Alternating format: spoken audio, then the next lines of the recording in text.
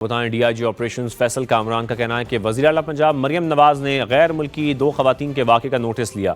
Case میں تمام قانونی تقاضے پورے کیے گئے۔ لاہور میں نیوز کانفرنس کرتے ہوئے ان کا کہنا تھا کہ باس نامی ملزم کا نام وحید ہے۔ کیس سی ٹی ڈی نہیں، لاہور پولیس دیکھے گی۔ افسوسناک واقعہ لاہور میں رپورٹ ہوا۔ کارلوس نامی ایک شخص کال کرتا ہے اور وہ بتاتا ہے کہ ایک بچی اور اس کی دوست پاکستان آئے تھے، اب مجھے پتہ لگا ہے کہ وہ اغوا ہو گئے۔ 26 جون کو یہ اسلام آباد ایئرپورٹ پہ لینڈ کی تھی۔ گاڑی کی ڈیٹیلز ایکسائز سے فوری نکالی گئی، گاڑی کی پاسنگز دیکھیں، موٹر وے پہ کب آئی، موٹر وے سے کب نکلی، لاہور میں کب آئی، ایف آئی آر ٹائملی ہوئی، میڈیکل سب سے پہلے میڈیکل ٹائملی ہوا، اس کے بعد 164 کی اسٹیٹمنٹ ہوئی، تمام قانونی تقاضے پورے کیے گئے۔ اس کے بعد انہی ملزمان کا جب ریمانڈ دیا گیا، آپ نے دیکھا ہوگا کہ وہ ہتھکڑیوں میں اسی طرح جس طرح کوئی بھی ملزم پیش ہوتا ہے ہتھکڑیوں میں پیش کیے گئے۔ چیف منسٹر صاحبہ کی کال بھی آئی کہ آپ نے اس میں 100% میرٹ کرنا ہے، جو مرضی ہے کوئی شخص اگر غلط کام کیا ہے تو اس کی سزا ملنی چاہیے۔ 164 کا بیان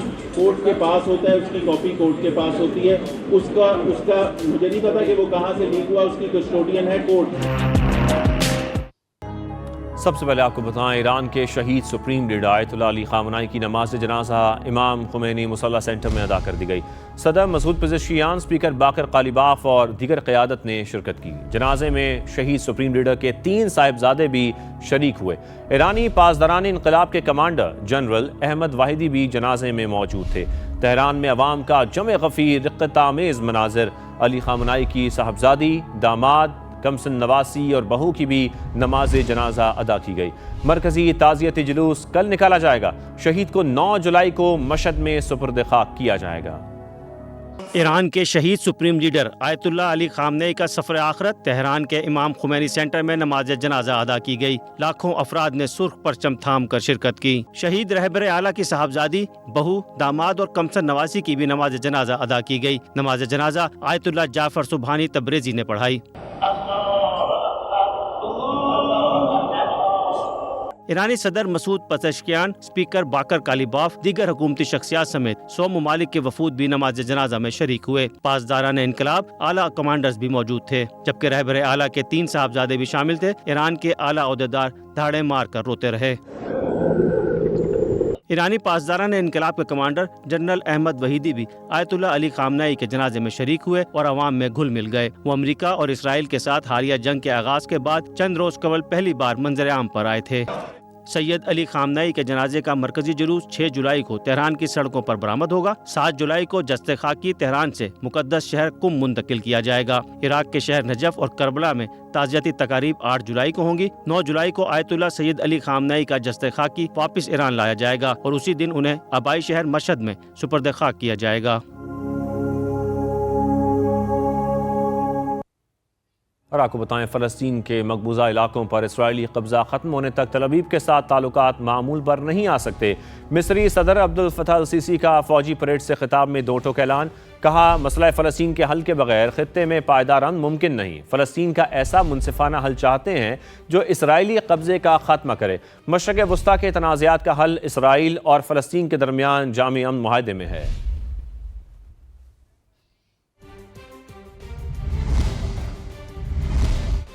آپ کو خبر دیں، کالعدم جوائنٹ ایکشن کمیٹی کے دہشت گردوں کا گھناؤنا آروپ۔ کالعدم کمیٹی کا انجمن تاجران کے سیکرٹری جنرل پر وحشیانہ تشدد۔ دہشت گردوں نے سردار ناصر اور اکزئی حسام پر 6 گھنٹے تشدد کیا۔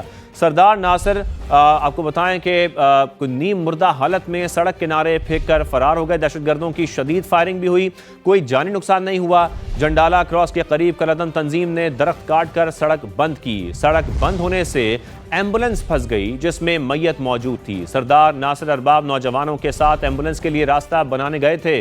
کالعدم تنظیم کے 20 سے 25 دہشت گردوں نے اندھا دھند فائرنگ کر دی۔ سردار ناصر ارباب اور ان کے کزن حسام کو گن پوائنٹ پر روک لیا گیا۔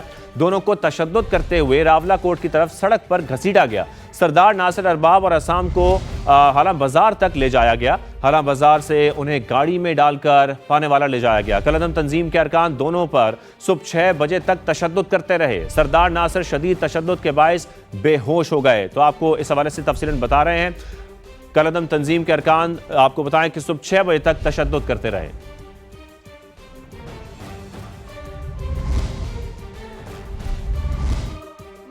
وزیر اعلیٰ بلوچستان سرفراز بگٹی کی ایکس اسپیس میں عوام سے براہ راست گفتگو، بلوچستان سے متعلق گمراہ کن بیانیے کا حقائق اور شواہد سے جواب دیا۔ لاپتہ افراد کی آڑ میں عوام کو تشدد پر اکسانے کی کوشش کی گئی۔ پاک افواج کی موجودگی میں ریاستی ریٹ کو کمزور نہیں کیا جا سکتا۔ Engagement plan is a very important question. میرا سب سے بڑا focus at the moment we have more than 10-12 plans جس سے ہم یوتھ کی انٹیگریشن کر رہے ہیں اور یوتھ کو جو ہے وہ ایک اچھا مستقبل جو ہے وہ پاکستان کی طرف اس کو دکھانے کی کوشش کر رہے ہیں۔ اب ایٹ لیسٹ پاکستان کو تصویر کا ایک دوسرا رخ نظر آنے لگ گیا ہے۔ فیورٹ فیلڈ مارشل ہیں، وہ فیورٹ فیلڈ مارشل تب بنے ہیں جب انہوں نے 9 مئی کی اور 10 مئی کی جنگ جیتی ہے۔ مجھے یہ وائلنٹ گروپس جو ہیں وہ ان کی مجھے کوئی خاص اتنی پریشانی نہیں ہوتی ہے۔ اتنی آرگنائزڈ آرمی کے ہوتے ہوئے، پیراملٹری فورسز کے ہوتے ہوئے، پولیس لیویز کے ہوتے ہوئے، یہ BYC مارنگ اور یہ لوگ انہوں نے جس طریقے سے جلسے کیے، گھر گھر گئے، بات مسنگ پرسن کی اور مسنگ پرسن چھوڑ کے وہ بات نوجوانوں کو بندوق اٹھانے کی کرتے رہے اور ہر جگہ سے جا کر ریکروٹمنٹ کرتے رہے۔ پورے بیچ میں کوئی 2 بچے چاہیے ہوتے ہیں، ان کو 3 چاہیے ہوتے ہیں۔ اس سے زیادہ ریڈیکلائز کرنے کے لیے ان کی ضرورت نہیں۔ وی ہیڈ اے پلان اور ہم وہ پلان پہ چل رہے ہیں۔ یونیورسٹیز میں تو اس پلان کو امپلیمنٹ کریں گے اور اس میں پنجاب گورنمنٹ بھی ہمیں سپورٹ کر رہی ہے۔ اور آپ کو خبر دیں، اسلام آباد میں پاک فضائیہ کے بہادر افسر نے خاتون کو بچاتے ہوئے جان دے دی۔ خاتون سے زبردستی کرنے والا موٹر سائیکل سوار ملزم فائرنگ کر کے فرار ہو گیا۔ وفاقی وزیر داخلہ نے IG اسلام آباد سے رپورٹ طلب کر لی ہے۔ قمر المنور کی رپورٹ دیکھیے۔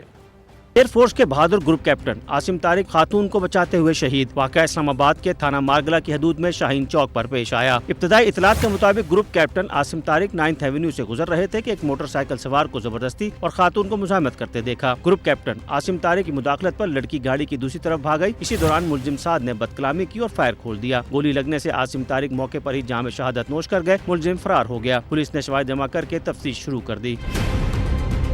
پولیس کے مطابق خاتون نے بتایا کہ ملزم اس کا دفتر میں کلیگ تھا جس نے اسے کام پر ساتھ لے جانے کی پیشکش کی، لیکن راستہ بدل کر زبردستی کہیں اور لے جانا چاہتا تھا۔ خاتون نے کہا کہ مزاحمت کے دوران گروپ کیپٹن عاصم طارق نے بروقت مداخلت کر کے مجھے محفوظ کیا۔ گروپ کیپٹن عاصم طارق کی قربانی اس بات کی عکاس ہے کہ پاک فوج کے سپاہی صرف سرحدوں کے ہی کے نہیں، عزت کے بھی رکھوالے ہیں۔ شہید کے عزم اور بلند کردار کی بڑے پیمانے پر ستائش۔ قومی اور سوشل میڈیا پر انہیں خواتین کے تحفظ کے لیے اپنی جان قربان کرنے والے بہادر افسر کے طور پر یاد کیا جا رہا ہے۔ وفاقی وزیر داخلہ محسن نقوی نے IG اسلام آباد پولیس سے واقعے کی رپورٹ طلب کر لی۔ شہید عاصم طارق کے اہل خانہ سے اظہار تعزیت۔ ملزم کی جلد گرفتاری یقینی بنانے کی ہدایت کرتے ہوئے کہا شہید کے لواحقین کو انصاف کی فراہمی میں کوئی کسر اٹھا نہ رکھی جائے۔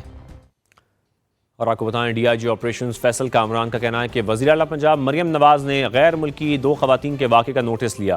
کیس میں تمام قانونی تقاضے پورے کیے گئے۔ لاہور میں نیوز کانفرنس کرتے ہوئے ان کا کہنا تھا کہ باس نامی ملزم کا نام وحید ہے۔ کیس CTD نہیں، لاہور پولیس دیکھے گی۔ افسوسناک واقعہ لاہور میں رپورٹ ہوا۔ کارلوس نامی ایک شخص کال کرتا ہے اور وہ بتاتا ہے کہ ایک بچی اور اس کی دوست پاکستان آئے تھے، اب مجھے پتہ لگا ہے کہ وہ اغوا ہو گئے۔ 26 جون کو یہ اسلام آباد ایئرپورٹ پہ لینڈ کی تھی۔ گاڑی کی ڈیٹیلز ایکسائز سے فوری نکالی گئی، گاڑی کی پاسنگز دیکھی، موٹر وے پہ کب آئی، موٹر وے سے کب نکلی، لاہور میں کب آئی، FIR ٹائملی ہوئی، میڈیکل سب سے پہلے میڈیکل ٹائملی ہوا، اس کے بعد 164 کی اسٹیٹمنٹ ہوئی، تمام قانونی تقاضے پورے کیے گئے۔ اس کے بعد انہی ملزمان کا جب ریمانڈ لیا گیا، آپ نے دیکھا ہوگا کہ وہ ہتھکڑیوں میں اسی طرح جس طرح کوئی بھی ملزم پیش ہوتا ہے ہتھکڑیوں میں پیش کیے گئے۔ چیف منسٹر صاحبہ کی کال بھی آئی کہ آپ نے اس میں 100% میرٹ کرنا ہے، جو مرضی ہے کوئی شخص اگر غلط کام کیا ہے تو اس کی سزا ملنی چاہیے۔ 164 کا بیان کورٹ کے پاس ہوتا ہے، اس کی کاپی کورٹ کے پاس ہوتی ہے، اس کا مجھے نہیں پتا کہ وہ کہاں سے لیک ہوا، اس کی کسٹوڈین ہے کورٹ۔ اور اب چلتے ہیں کراچی، جہاں رپورٹرز کارنر میں کرن رضوی موجود ہیں مونس احمد اور حامد الرحمان کے ساتھ۔ جی کرن۔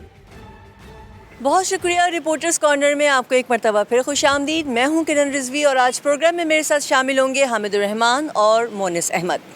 تو جناب، شہر سے کچھ خبریں آ رہی ہیں کہ ایک مرتبہ پھر کراچی کا بجٹ زیر بحث ہے۔ کہا جا رہا ہے، سوال اٹھ رہے ہیں کہ 3.5 کروڑ آبادی کے شہر کے لیے صرف 60 ارب روپے مختص کیے گئے ہیں، جو کہ ظاہر ہے ناکافی ہیں۔ دوسری